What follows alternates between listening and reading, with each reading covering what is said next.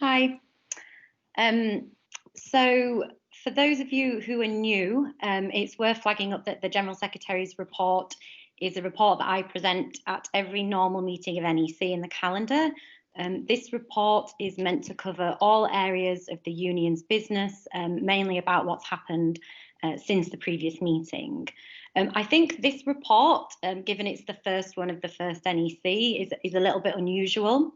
And I thought it would make sense to repeat some of the really important material that went into the previous report to bring the new NEC members up to speed with what's happened in the last few months. So that's why, for those of you who've been on the committee before, some of the report might be familiar to you. The report obviously also goes along with an oral presentation, and that's what I'm going to do now.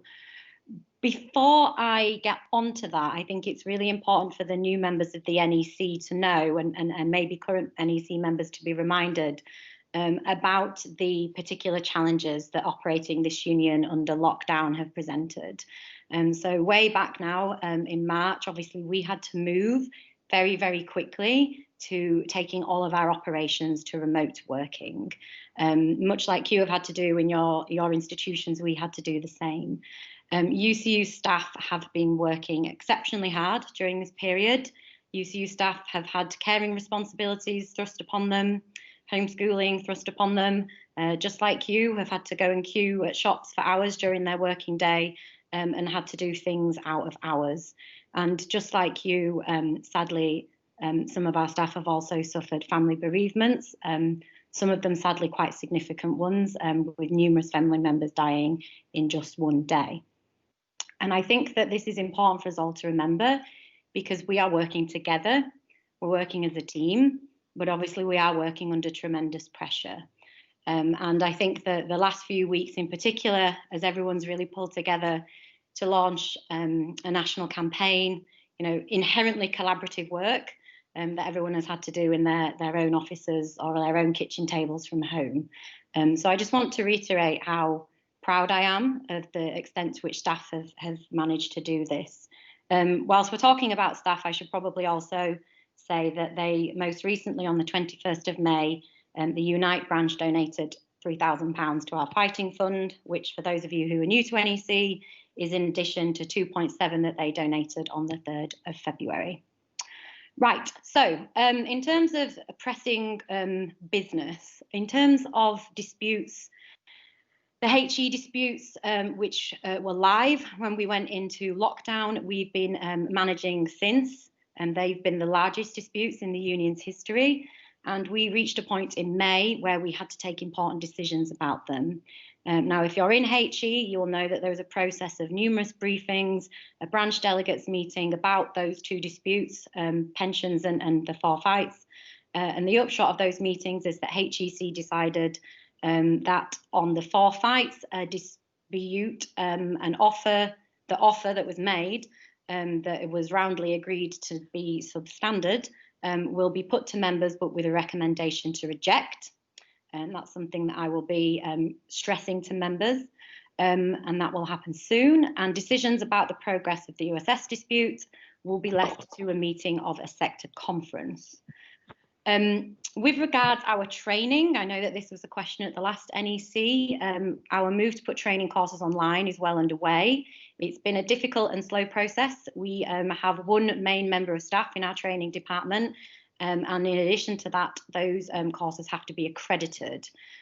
But the full first course has started this week. It focuses, as you would expect, on health and safety and risk assessments. And again, as you would expect, it has been oversubscribed. So we're looking at putting this on again and finding extra dates for it, and those who have expressed an interest are on a waiting list. There's also been a number of webinars, and shout out to Janet Farrer, FE, President-elect, who helped with some staff put on a particular health and safety webinar, which was FE focused, because as those of you in FE know, you've all been incredibly busy recently with risk assessments and pushing back on the return to work. So that's another resource that is online for people to watch again. We've also had the week before last, saw the first call for applications to the first task groups, which was a particular pledge that I made during the General Secretary election and was in my manifesto last year. I think this is a real triumph for members, that something that only a year ago they voted for in vast numbers has been realised. The topic of the first group is sexual violence and harassment, which I think is incredibly important for us as a union to be leading on. I think, if anything has really underscored the extent to which sexual harassment and violence and its consequences need taking seriously, it's been lockdown. That's been seen in the unfortunate increase in domestic violence and murder related to domestic violence during lockdown.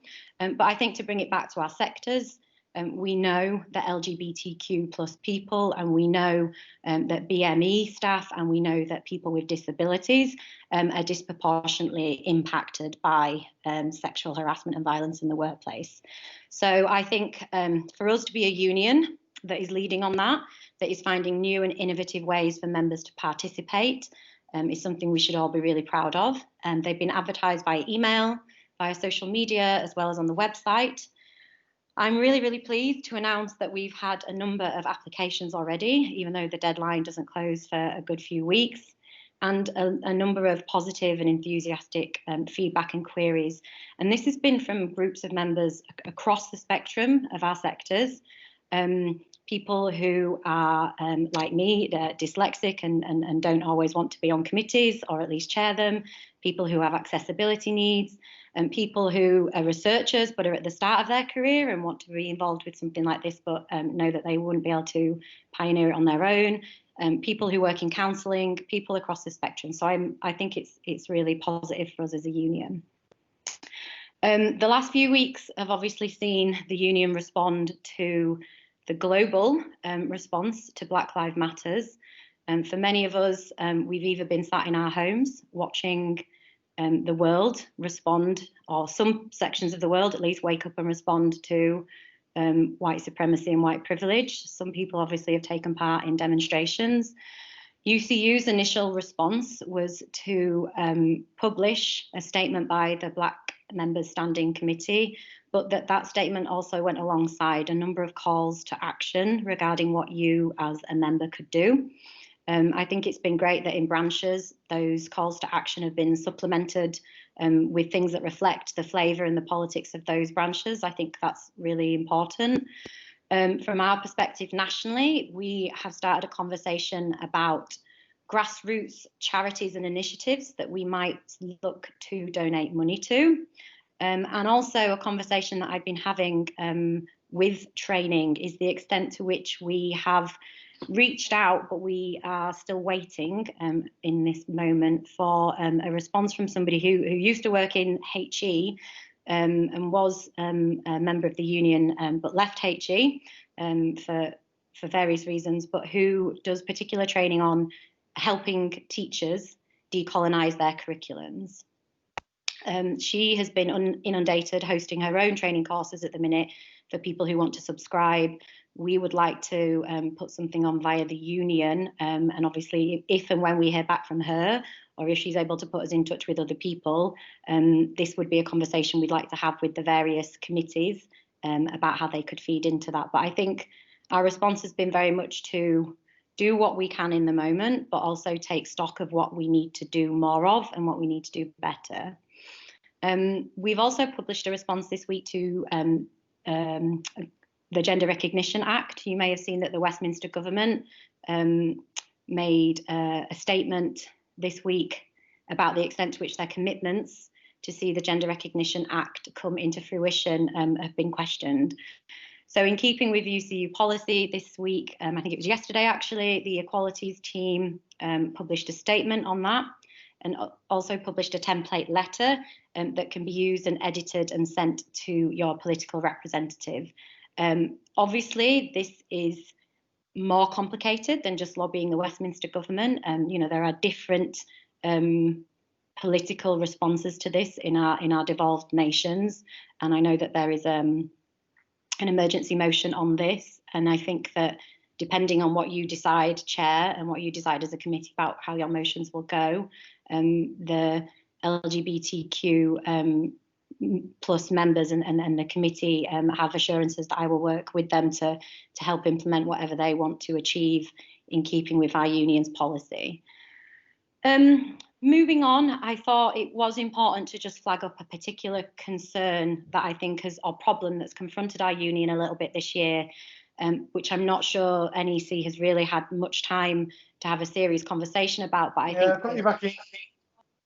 I think the item about the Fighting Fund perhaps invites it, and that's the extent to which our resources have been balanced between FE and HE. It is partly related to the Fighting Fund, and obviously that's partly related to the huge disputes that we've had in HE this year. But I do think having a conversation about how we grow our membership across all sectors, how we represent members in all sectors, is going to be obviously a live issue forever, but I think particularly in these coming months. So I'm just going to say something briefly about the campaign, which I think represents the issue that we're talking about. As you all know, last week we launched our Fund the Future campaign to address the funding crisis that is already upon us in HE and is likely to hit further ed, adult ed and prison education as well. The campaign has two main strands. The first is political campaigning, getting members and the general public behind us to pressure the government to guarantee funding for post-16 education. We need that guarantee of funding. You will have seen this in the initial campaign video, though there is more to come. And I know that there's some NEC members who are in that video, so thank you. Letters to MPs. Later on, there'll be a petition. Later on this month, there will also be an NEU-style postcode-based website. At the moment, you can see how many staff are at risk in your postcode. In the coming weeks, there will be detailed modelling highlighting the likely financial consequences of the crisis for colleges and universities in your local area. This will be a really important campaigning tool for the union and for branches to draw their community's attention to what is happening. And also in this moment, you know, what we are saying is we don't just need to fund the future, but we need to build for better. And the second part of the campaign is to ensure that regardless of how much funding we do get, that branches can push back against job cuts in their institution. And build for better in their institution. So there's a special programme of online events, which includes the following, but is not limited. Employment law, protecting casual staff or casualised staff, a focus session on issues facing GTAs, embedding equality in your branch's bargaining, consulting members using online surveys, how to research your institution's finances, the UCU Green New Deal and other progressive approaches to bargaining, because as we say, this isn't just about protecting the system that we don't like right now. This is about building for better. Health and safety and workload issues, digital organising, so emails, social media, text messaging. There is a joint session on adult education funding and why it matters with HOLEX, lecture capture and online working, the future of further education policy, prison education, a vision for the future, decolonising our institutions, the disability gap and other issues facing disabled members. And we're also going to be organising an event focused on migrant staff. Obviously, there are written resources that have gone to branches. These include a note on how to make the most robust approach possible to negotiations to ensure local agreements don't undermine our national position, and also a campaign resource pack for branches to use as a starting point for their campaigns and to think strategically about the next few months. The support for branches also includes funds to carry out research on your institution's finances, and we're currently paying Andrew McGettigan to do work for us, but we understand that is nowhere near enough. One man cannot carry that much work, so we are lining up other experts to help us so that he's not spread too thin. We're also working out a system to provide targeted extra support for branches from members of our national head office's bargaining and negotiations team. And that's going to be in addition to the support that you get from the staff in your regions and devolved nations. We are in a position to throw everything we can at helping branches win industrial ballots if they decide to take them. And as the previous HEC, I don't know if anyone on NEC in FEC will have known, but we are in a position to take ballots after not being able to do so for several months.